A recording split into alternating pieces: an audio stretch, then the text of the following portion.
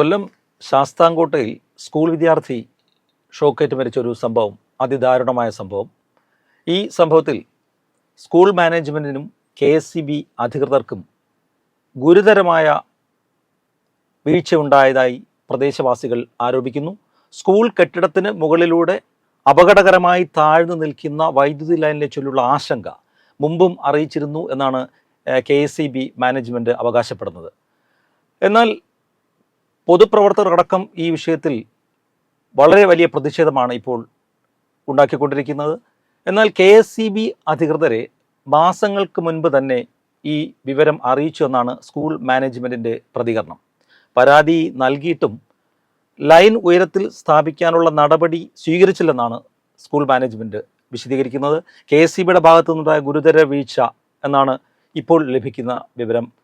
Kovoor Kunjumon MLA അടക്കം ഇങ്ങനെയാണ് പറയുന്നത്. അങ്ങനെയെങ്കിൽ കർശന നടപടി വീഴ്ച വരുത്തിയവർക്കെതിരെ എടുക്കണം എന്നും കോവൂർ കുഞ്ഞുമോൻ MLA പറയുന്നു. തേവലക്കര ബോയ്സ് ഹൈസ്കൂളിലെ 8ാം ക്ലാസ് വിദ്യാർത്ഥി മിഥുനാണ് മരിച്ചത്. കളിക്കുന്ന കെട്ടിടത്തിന് സമീപമുള്ള ഷെഡിൽ ആ കുട്ടിയുടെ ചെരുപ്പ് വീഴുകയായിരുന്നു. ഇതിൻ്റെ മുകളിലൂടെയായിരുന്നു ഇലക്ട്രിക് ലൈൻ പോയിരുന്നത്. വിദ്യാർത്ഥികൾ സൈക്കിൾ വയ്ക്കുന്നതിന് നിർമ്മിച്ച ഷെഡായിരുന്നു അത്. എങ്ങനെയാണ് ഇത്തരത്തിലൊരു ഉയരം കുറഞ്ഞ വൈദ്യുതി ലൈൻ പോകുന്നതിനടിയിലായി ഷെഡ് നിർമ്മിച്ചത്, അല്ലെങ്കിൽ അതിൻ്റെ മേൽക്കൂര നിർമ്മിച്ചത്? ഇതിനെങ്ങനെ ഫിറ്റ്നസ് സർട്ടിഫിക്കറ്റ് കിട്ടി എന്നൊക്കെയാണ് കണ്ടു നിൽക്കുന്നവരും പ്രദേശവാസികളും ഒക്കെ പറയുന്നത്. എന്നാൽ KSEBയും സ്കൂൾ മാനേജ്മെൻറ്റും രണ്ട് തട്ടിലാണ്. ഈ സമയത്ത് കുട്ടിയെ വളരെ വേഗം തന്നെ ആശുപത്രിയിൽ എത്തിക്കാൻ ശ്രമിച്ചെങ്കിലും കുട്ടിയുടെ ജീവൻ രക്ഷിക്കാൻ സാധിച്ചില്ല. വളരെ ദാരുണമായ ഒരു സംഭവം.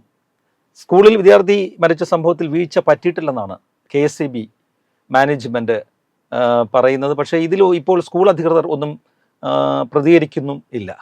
ജനപ്രതിനിധികൾ പറയുന്നത് രണ്ടുപേരുടെ ഭാഗത്തു നിന്നും ഗുരുതരമായ അനാസ്ഥ ഉണ്ടെന്നാണ്. അതേസമയം വളരെ വർഷങ്ങളായി ഈ വൈദ്യുതി ലൈൻ താഴ്ന്നു തന്നെയാണ് തുടരുന്നതെന്നും പൂർവ്വ വിദ്യാർത്ഥികൾ നാട്ടുകാരുമൊക്കെ ആരോപിക്കുന്നു.